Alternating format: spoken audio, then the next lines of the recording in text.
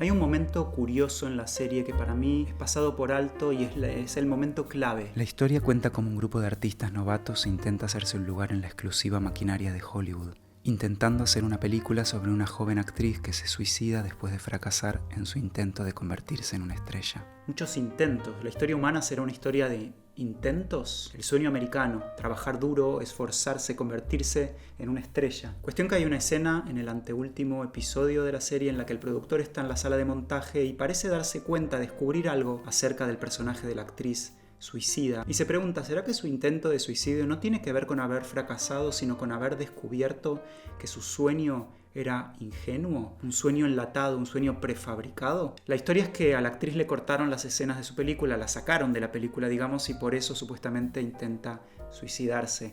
Y ahí el productor piensa y se pregunta, ¿por qué? Si la gente común dice no ha estado en ninguna película y no intentan matarse. Y el asistente le responde, claro, pero ella construyó todo su mundo alrededor de esa idea, de ese sueño. Y ahí está su falla. Y ahí el productor dice, wow, claro, y propone agregar una escena en la que ella se dice a sí misma, arruiné mi vida por necesitar esto.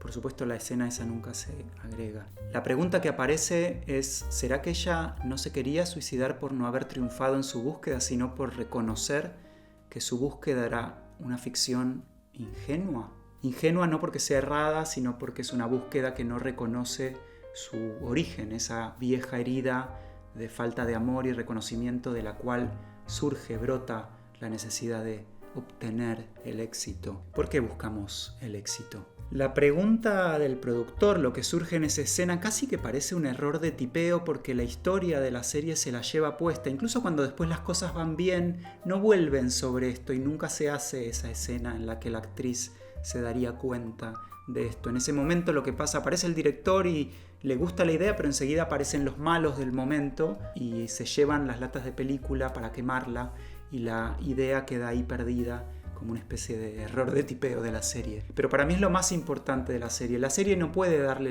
mucho lugar, porque si le diera lugar, pondría en jaque, me parece, a todo el aparato estético-político de la propuesta. La pregunta que se hace el productor tiene el poder de desmantelar o por lo menos poner en jaque el sentido de la misión de estos héroes que se esfuerzan por conquistar algo que consideran muy importante. Lo que el comentario del productor sugiere es que la importancia de la misión reivindicadora en algún nivel también es producto de una ficción social, de una mente social meritocrática. ¿Por qué necesita la actriz triunfar en Hollywood para sentirse valiosa? Si justamente Hollywood es la maquinaria, la industria que la excluye.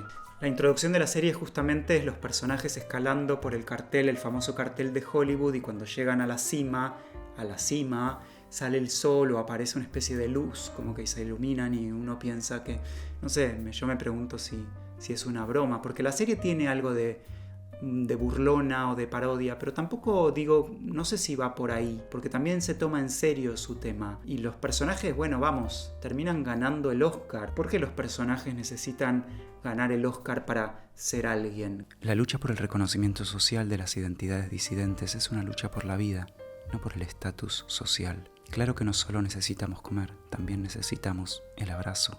¿Pero el abrazo de quién? ¿O de qué? La pregunta es esa, ¿a quién le pedimos el abrazo? ¿A qué símbolo le entregamos el poder, la autoridad para reconocernos?